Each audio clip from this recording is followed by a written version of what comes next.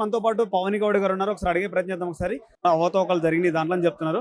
So arrest చేస్తే పరిస్థితి ఏంటి? అరెస్ట్ చేస్తారా లేదా? అసలు అరెస్ట్ ఎందుకు చేస్తారు? కాళేశ్వరం అవినీతి జరిగింది అంటున్నారు కాబట్టి ఎక్కడ జరిగింది, ఏం జరిగింది? 1,00,000 కోట్ల అవినీతి అనేసి 1,00,000 సార్లు కాదు, ఎన్నో సార్లు, కోట్ల సార్లు జపం చేసారు. 1000 కోట్ల అవినీతి అన్న చూపెట్టినరా, 100 కోట్ల అవినీతి అన్న చూపెట్టినరా, ₹1,00,00,000 అవినీతి అన్న కూడా చూపెట్టినరా? ఎందుకు కేసీఆర్ గారిని అరెస్ట్ చేస్తారు? తెలంగాణ తెచ్చినందుకు అరెస్ట్ చేస్తారా? తెలంగాణ బీడుగా ఉన్న తెలంగాణను కాళేశ్వరం ప్రాజెక్టు కట్టి బీళ్లకు నీళ్లు తీసుకొచ్చినందుకు కేసీఆర్ గారిని అరెస్ట్ చేస్తారా? దేనికి అరెస్ట్ చేస్తారు? ముట్టుకోమ్మని చూడరు ఒకసారి. అరెస్టు లేదు, పిరెస్టు లేదు, గోష్ లేదు, ఏదీ లేదు.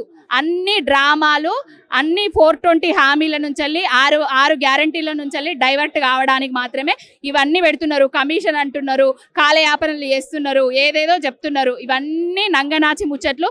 కాళేశ్వరం ప్రాజెక్టు మేడిగడ్డ బ్యారేజీ దగ్గర 2 పిల్లర్లు కుంగడానికి కూడా కాంగ్రెస్ పార్టీయే కారణము. బాంబులు పెట్టి పేల్చిండ్రా లేకపోతే ఇంకేం పెట్టి పేల్చిండ్రా అనేది కూడా తేలాల్సి కూడా ఉన్నది.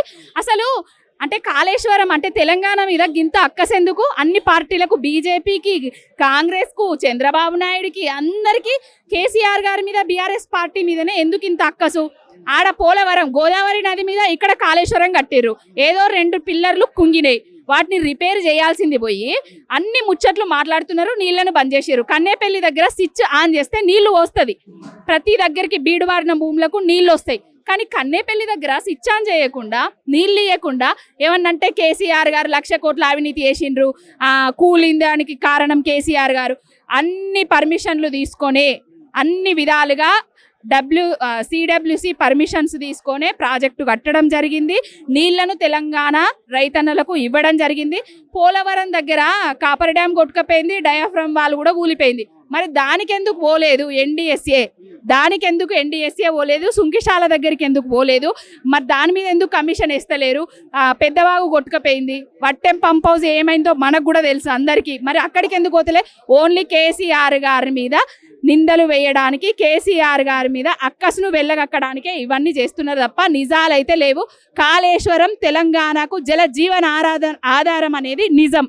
అది ప్రజలందరూ తెలుసుకుంటున్నారు. ఇంకా రాబోయే రోజులలో కూడా తెలుసుకోబోతున్నారు. గిరెస్ట్ అని ఎవడన్నా ఎక్కువ తక్కువ మాట్లాడితే ఉరికిచ్చి దంచుతాం ఇక. ఓకేనా? కేసీఆర్ మీద కొన్ని వ్యాఖ్యలు వస్తున్నాయి, నిజమా కదా అడిగే ప్రయత్నిద్దాం ఒకసారి. అన్న నమస్కారం. అన్న నమస్తే. కాళేశ్వరం ప్రాజెక్టు గురించి కొన్ని అవకతవకలు జరిగినాయి, కేసీఆర్ గారిని, హరీష్ రావు గారిని అరెస్ట్ చేయొచ్చని కొన్ని వ్యాఖ్యలు వస్తున్నాయి. సో దీన్ని ఏ విధంగా చూడవచ్చు మరి మనం? నిజానికి ఇది వాళ్ళ సోకాల్డ్ మీడియా, వాళ్ళకి సంబంధించినటువంటి కొన్ని మీడియా ఛానల్స్ జరుగుతున్నటువంటి ప్రచారము. నిజంగా అదే కనుక జరిగితే తెలంగాణలో కాదు, ప్రపంచవ్యాప్తంగా ఉన్నటువంటి కేసీఆర్ గారి మద్దతుదారులు కావచ్చు, కేసీఆర్ గారి అభిమానించేటువంటి పార్టీలకు అతీతంగా, కులాలకు, మతాలకు, ప్రాంతాలకు అతీతంగా ఏ విధంగా ఉండబోతాడో, అరెస్టు అనే పదము తెలంగాణలో కేసీఆర్ గారి మీద వినపడితే ఇక్కడ ఒక అగ్నిగుండం కాబోతుంది. కాబట్టి ఇప్పటికైనా తను అనుకున్నటువంటి నీచ బుద్ధిని వెనక్కి తీసుకొని ప్రజలకు చేయాల్సినటువంటి పరిపాలన మీద రేవంత్ రెడ్డి గారు దృష్టి పెడితే మంచిది.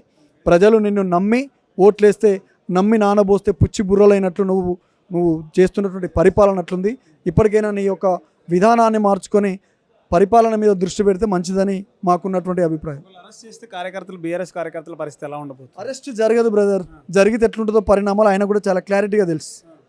అరెస్టు అనే పదాన్ని వాడితేనే, అరెస్టు చేయబోతున్నాం అనే ఒక పదము కనుక బయటకు వస్తేనే ఎట్లా ఉంటుందో తనకు కూడా తెలుసు. రేవంత్ రెడ్డికి కేసీఆర్ దమ్మేందో ఆయన గురువు అయినటువంటి చంద్రబాబుకు తెలుసు. ఆయన పైన ఢిల్లీలో ఉన్నటువంటి ఇటు మోడీకి తెలుసు, రాహుల్ గాంధీకి తెలుసు.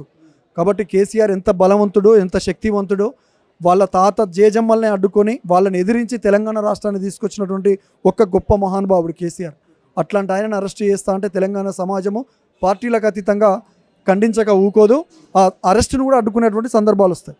ఈ మధ్యకాలంలో బీజేపీలో బీఆర్ఎస్ని విలీనం చేసే అవకాశం వచ్చింది అన్నట్టుగా చాలా మంది మాట్లాడుతున్నారు. ఖచ్చితంగా చేస్తారు ఈ మధ్య గ్యాప్లో అంటున్నారు. మరి మీరు దీన్ని ఏమంటారు? ఇదంతా చేతగాని ముచ్చట్లు. ఇది అంటే అవతలోడు ఒడ్డలేక మాట్లాడేటువంటి ముచ్చట్లు ఇవంతా. ఎందుకంటే ఇక్కడ కేసీఆర్ గారిని బలహీనం చేయాలంటే, బీఆర్ఎస్ పార్టీ కార్యకర్తల వాళ్ళ మనోధైర్యాన్ని దెబ్బగొట్టాలంటే ఏదో ఒకటి తొండి మాటలు మాట్లాడాలి. అది వాళ్ళ మీడియా ద్వారా చేస్తున్నటువంటి మాటలు. నిన్నటికి నిన్న గువ్వల బాలరాజు గారు వెళ్ళిపోవడం జరిగింది. ఇక పోయేటోడు ఎవడైనా ఏదైనా గదే మాట్లాడతాడు. ఓకేనా? బీజేపీలో విలీనం చేస్తామంటారు, ఇంట్లో చేస్తామంటారు. ఇవన్నీ అవసరమా? బీజేపీలో అంత సమర్థవంతం లేదు కాబట్టి పార్టీ మారుతున్నారు. కొన్ని కార్యకర్తలు కానీ, ఎంపీలు కానీ, ఎక్స్ఏలు కానీ మారుతూ ఉంటున్నారని మాట్లాడుతున్నారు. నేనేమంటున్నంటే 14 సంవత్సరాలు ఒక్కడిగా బయలుదేరినటువంటి కేసీఆర్ లక్షలాది మందితోటి పార్టీని పటిష్టం చేసి తెలంగాణ రాష్ట్రాన్ని తీసుకొచ్చినటువంటి ఒక గొప్ప నాయకుడు. 10 సంవత్సరాలు ప్రభుత్వంలో ఉన్నటువంటి పార్టీ ఇంకా బలహీనం ఎట్లయితుంది? 100కు పైగా ఎమ్మెల్యే స్థానాలు గెలిచినటువంటి పార్టీ, 17 ఎంపీ స్థానాలకు 16 ఎంపీ స్థానాలు గెలిచినటువంటి పార్టీ. కొన్ని సందర్భాలలో రాజకీయాలు అన్నప్పుడు గెలుపు ఓటములు సహజం. కాబట్టి ప్రస్తుతానికి అధికారం లేకపోవచ్చు, కానీ అధికారంలో ఉన్నదానికంటే ఎక్కువ ప్రజలు మా వైపు ఉన్నారు. కాబట్టి ఖచ్చితంగా రాబోయే రోజుల్లో గులాబీ జెండానే తెలంగాణ గడ్డ మీద ఎగరబోతుంది. గులాబీ జెండానే తెలంగాణ రాష్ట్రానికి శ్రీరామ రక్ష. ఒక పాటతో ముగించండి. ఓకే, నేనేమంటున్నంటే రేవంత్ రెడ్డి గారు ఇప్పటికీ చెప్తున్నాడు చాలా మాటలు. ఆ మాటలన్నీ బంద్ చేసుకొని ఉత్త మాటలు చెప్పే రేవంత్ రెడ్డి తెలంగాణలోన 420 ఓటుకు నోటు దొంగవు నీవు, చంద్రబాబుకు తొత్తువు నీవు. ఉత్త మాటలు చెప్పే రేవంత్ రెడ్డి తెలంగాణలోన 420 ఉచిత బస్ అని పథకాన్ని తెచ్చావు, అమ్మల కాలకు కొట్లాట పెట్టావు, 2 లక్షల రుణమాఫీ అన్నావు, రైతన్న మెడకేమో ఉరితాడు వేశావు. కాబట్టి ఈ ఉచిత బస్సు పేరుతోటి మా అమ్మలక్కలకు కొట్లాట పెట్టినావు. ఉచిత బస్సు పెట్టిండు, బస్సుల్ని తగ్గించిండు. 2 లక్షల రుణమాఫీ లేకపోవడంతో ఇలా రైతులు అనేక మంది ఆత్మహత్యలు చేసుకున్నటువంటి పరిస్థితి ఉన్నది. కాబట్టి ఇప్పటికైనా పాలన మీద దృష్టి పెట్టి ప్రజల కోసం ఆలోచించు. ప్రత్యర్థులను ఎట్లా దెబ్బగొట్టాలి, ప్రత్యర్థులను ఎట్లా జైల్లో పెట్టాలనే ఆలోచన కంటే పాలన మీద దృష్టి పెడితే మంచిగా ఉంటుందని మేము ఇచ్చేటువంటి సలహా. Thank you.